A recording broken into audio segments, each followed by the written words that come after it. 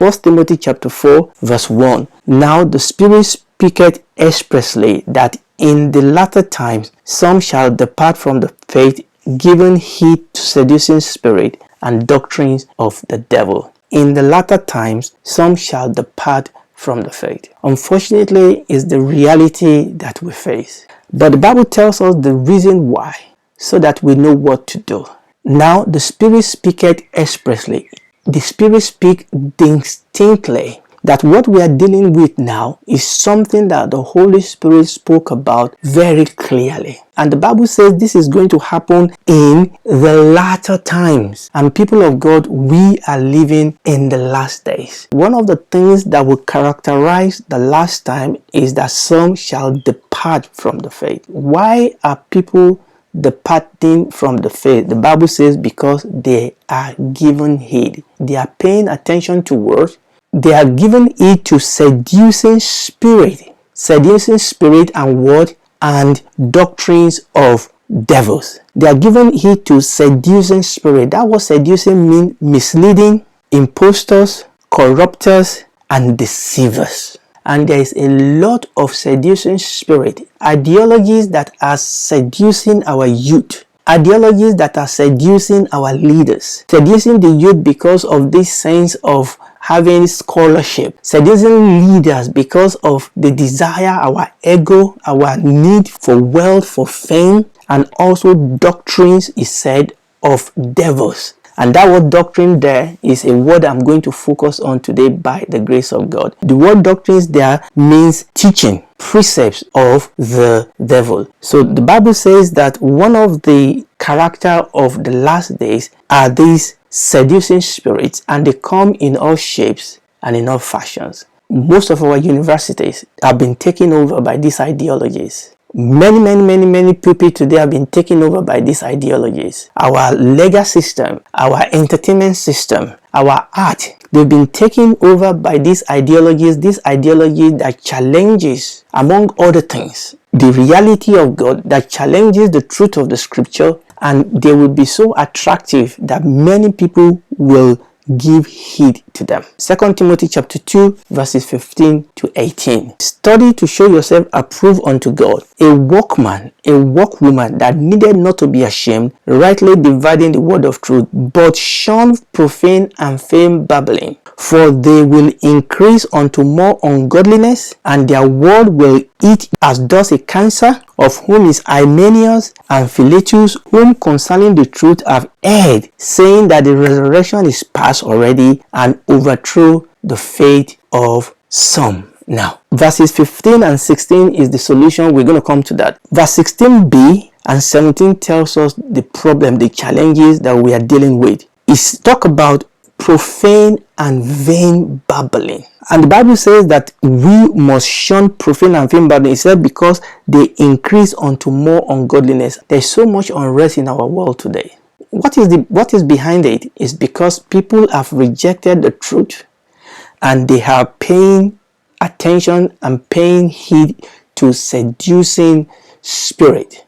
They are paying heed to doctrines of the devil. They are paying heed to misleading, imposture, corrupting, deceiving spirit. This spirit may be dressed in three-piece suit. This spirit may have all sort of degree to his name, but the end result is ungodliness. And verse 17 says their word will eat as a cancer.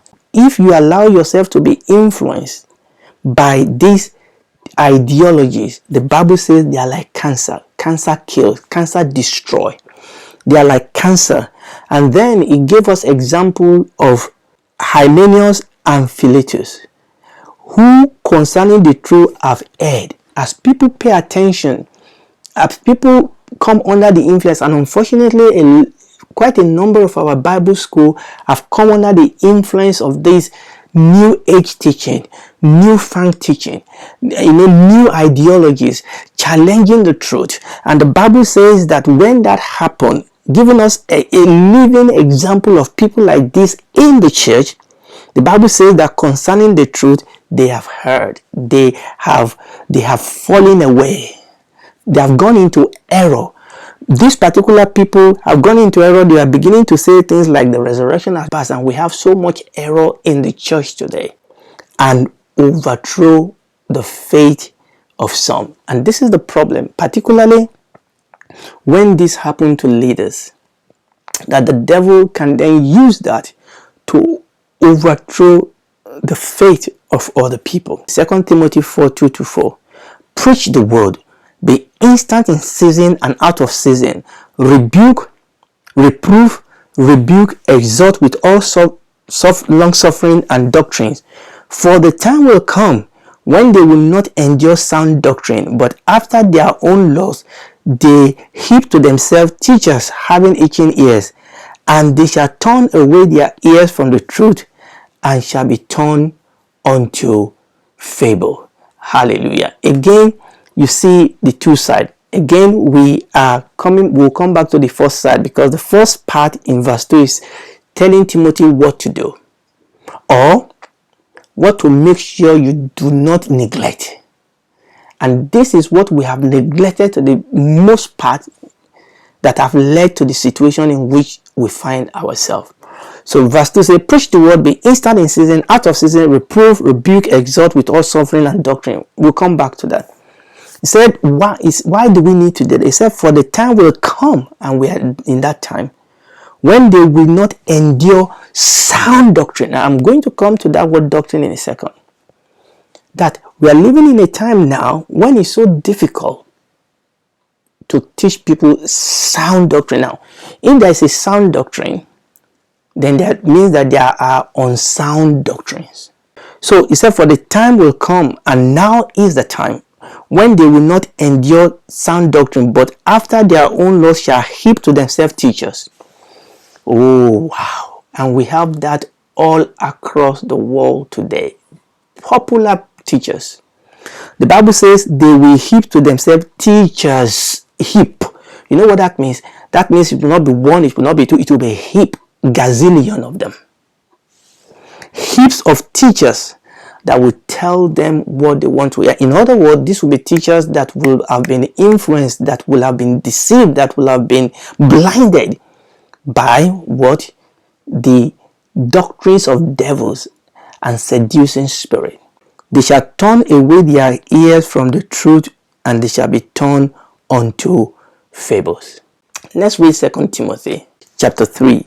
But evil men and seducers shall wax worse and worse, deceiving and being deceived. But continue thou in the things which thou hast learned and hast been assured of, knowing of whom thou hast learned them. All scripture is given by inspiration of God, and is profitable for doctrine, for reproof, for correction, for instruction in righteousness, that the man of God may be perfect, the woman of God may be perfect, the child of God may be perfect, the youth of God may be perfect, the husband of God may be perfect, the wife of God may be perfect, the man of God, the minister of God may be perfect, thoroughly furnished unto all good works. Again, you see the two parts here. But evil men and seducer shall wax worse and worse. Worse and worse. So people, we are living in a world where the Bible says darkness will cover the whole, but the grace of God, the light of God will arise upon you. We are living in a time now that we as Christians have to increase in the grace of God. We are living in a world now where mere religion is not going to cut it. He said they will wax worse and worse, deceiving and being deceived. Deceiving and being deceived. Then the second part, he now talks about what we need to do. Okay, and a lot of the scripture that I've read talks about the problem and talks about the answer. Listen to me, every single one of the solutions that Paul gave to Timothy by the Holy Spirit has to do with your relationship with the revealed truth of the Word of God, with the Bible. 2 Timothy chapter 2 verse 15 and 18 says, study to show yourself approved unto God, a workman that need not be ashamed, rightly dividing the word of truth. 2 Timothy chapter 4 verses 2-4 say, preach the word. Be instant in season and out of season. Reprove, rebuke, exhort with all suffering. And then 2 Timothy chapter 3 talks about the fact that we must continue in those things that we've learned and have been assured of, knowing of whom we have learned them, for all scripture is given by the inspiration of God. Now we're going to come to what the scripture does. Notice that the scripture doesn't rub your head. The scripture doesn't pamper you. The word that I use here, again, going back, reproof, 2 Timothy 4:2-4, reproof, rebuke, exhort with all long suffering and doctrine. Now, these words are very important. Okay, reproof, rebuke, exhort with all long suffering, because this is going to be hard work, and doctrine. So, once he mentioned the word, once he mentioned the scripture, he mentioned doctrine. 2 Timothy chapter 3 talks about all scripture is given by the inspiration of God and is profitable for doctrine, for reproof, for correction, and for instruction. And you will see that when the word comes, it doesn't come to affirm you. It comes to affirm the purpose and the will of God, and the Spirit will do whatever it takes to do to make sure that we grow in the will and the purpose of God. And invariably that will entail correction, that will entail reproof, that will entail training, that will entail equipping. Many people, let me say many people, want to go to a place where they want to be told it's okay. You are just okay as you are. So I want to look at this word doctrine. All scripture is given by the inspiration of God and is profitable for doctrine. And I want to look at that word doctrine today, because I believe this is one of the key. Even though the Holy Spirit tells us how important it is for the survivor or for the fulfillment of the ministry of the church, the word doctrine has become a dirty word, an endangered word in our churches today. When you read the book of Timothy and the book of Titus, even though these are very short books, but in the book of Timothy, the first book, 9 times that word was used, doctrine. And in the book of Titus, it was used 4 times. Also in the book of 2 Timothy, it was used 4 times. Out of these 17 times that it was used, it was only 2 times that it was used negatively. 1 Timothy chapter 4 verse 1 talks about doctrines of the devil. But every other time in the scripture is used in a positive. When I say in this, I'm talking about where we are reading 1 Timothy, 2 Timothy, and Titus. Now, apart from those 2, these are the way they were used. No other doctrine, sound doctrine, good doctrines, give attendance to doctrines, take heed unto the doctrines, labor in the word and doctrine, the name of God and his doctrine be not blasphemed, the doctrine according to godliness, my doctrine, scripture is profitable for doctrine, exhort with all long suffering and word and doctrine. In doctrine showing incorruptness, gravity, sincerity, adorn the doctrine of God. That tells us how important doctrine is. The enemy has intentionally tried to blackmail or to pull the word doctrine into the mud because he understands how key it is. Remember, Timothy and Titus are facing the same challenge we do. The ideologies, the seducing spirit, the doctrines of demons and devils. And the key is the word and doctrine. Okay, and this is one of the tactics of lawyers. You know that this witness hold the key.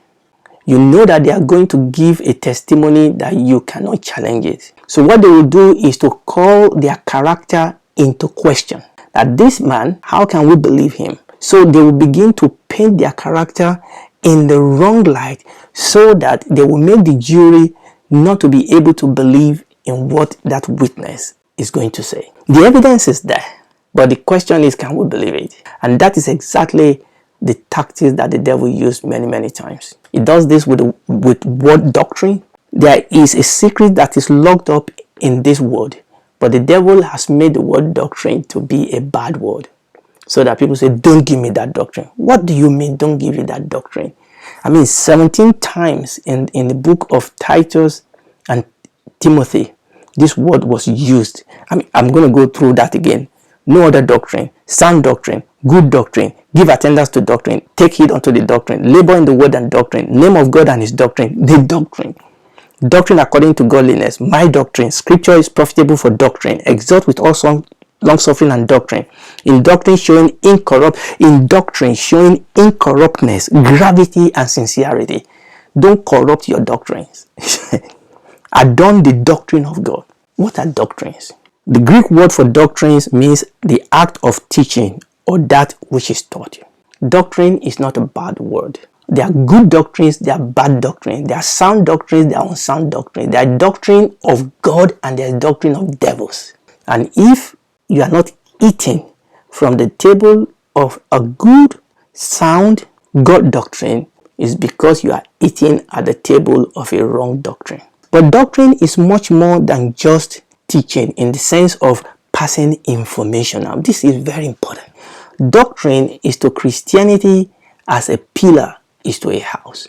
So if you say, don't give me that doctrine, how do you want a house without a pillar? Or how do you want a house without a foundation? Or how do you want a body without the bone? You can say, don't give me that skeleton. I just need the flesh. Okay, you need the skeleton to put the flesh on. Without the skeleton, you cannot stand straight. You cannot have every other thing that goes on with it. Now, the skeleton may look scary, but the skeleton is absolutely necessary. Let me read this to you. Doctrine refers to the entire body of essential theological truth that define and describe the message of good news rooted in the significance of the life of Jesus Christ. When we talk about the Bible, what makes the Bible unique is not the book by itself. It's because that book contains doctrines. What makes the Bible unique, and get this, is not the story by itself. Now, when you read the Bible, you will read historical facts. Now, part of doctrines are historical facts, biographical facts. Let me give you an example. Fact: Jesus was born. But doctrine is much more than that fact. And this is the problem, that oftentimes what many people have in the church today are the stories. Now, the stories are good, but doctrine is much more than just the story. Jesus died is an historical fact, but the doctrine is Jesus died for my sin. So the doctrine refers to the entire body of essential truths that define and describe the message of the good news rooted in the significance of the life of Jesus Christ. The doctrine are the truths that are locked up inside the historical fact. The Bible contains revelation, truth, system of truth. Doctrine is scriptural teaching on theological truth. Doctrine is scriptural teaching on theological truth. Like I said, doctrine is the pillar of our faith. You read the story of the birth of Jesus, or you read the story of Abraham, that's the story. But what's the doctrine? What is the truth? What is the theological truth that will change life, that will equip life, that will deliver life? That it is, listen to me, the power of the gospel is locked up in the doctrine, because the doctrine is the body of truth. The Lord Jesus said, if you continue in my word, then are you my disciple indeed, and you will know the truth, and the truth will set you free. The doctrine, the truth about God, the truth about man, the truth about salvation, the truth about the church, the truth about life to come, the truth about the last days, the truth about sin, the truth about family, doctrines, pillars. You know, it's interesting that most people today will say, don't give me that doctrine, I just want spirituality. Listen, there's no spirituality without doctrines. Any spirituality that you have that is not anchored, that is not built on doctrine, is not biblical spirituality. And this is the reason why so many people in the church today are going into Eastern mysticism, because they want a spirituality that is not anchored on doctrine. And most churches today that are going into error, they have moved away from doctrine. And that was why again and again and again Paul call Timothy and Titus back to the word and doctrines. Now, preaching doctrine is hard work, but that is the truth. And that is why he said to Timothy, study to show yourself approved unto God. I think I need to stop here. I'm going to, by the grace of God, God willing, I'm going to come back to this because I really want to key into this. Because oftentimes people talk stories, but we don't touch the heart of the gospel. The spirituality, the power is released as God begin to show us a revelation of the truth. Let me read that again as we round up. Doctrine refers to the entire body of the essential theological truth that define and describe the message of the good news, rooted in the significance of the life of Jesus Christ. There are doctrines and doctrines and doctrines in the scripture. I mean, if you go to work, for example, if you work in a place, in your workplace, there are protocol, there are policies, there are workflow, there are, hierarchy of authority. There are things that are in place. There are systems that are in place that makes that place work. You don't just walk into the place and say there is, blocks and mortars. No. There are systems. There are systems and that's doctrine. That's the system. And when the system breaks down, everything breaks down.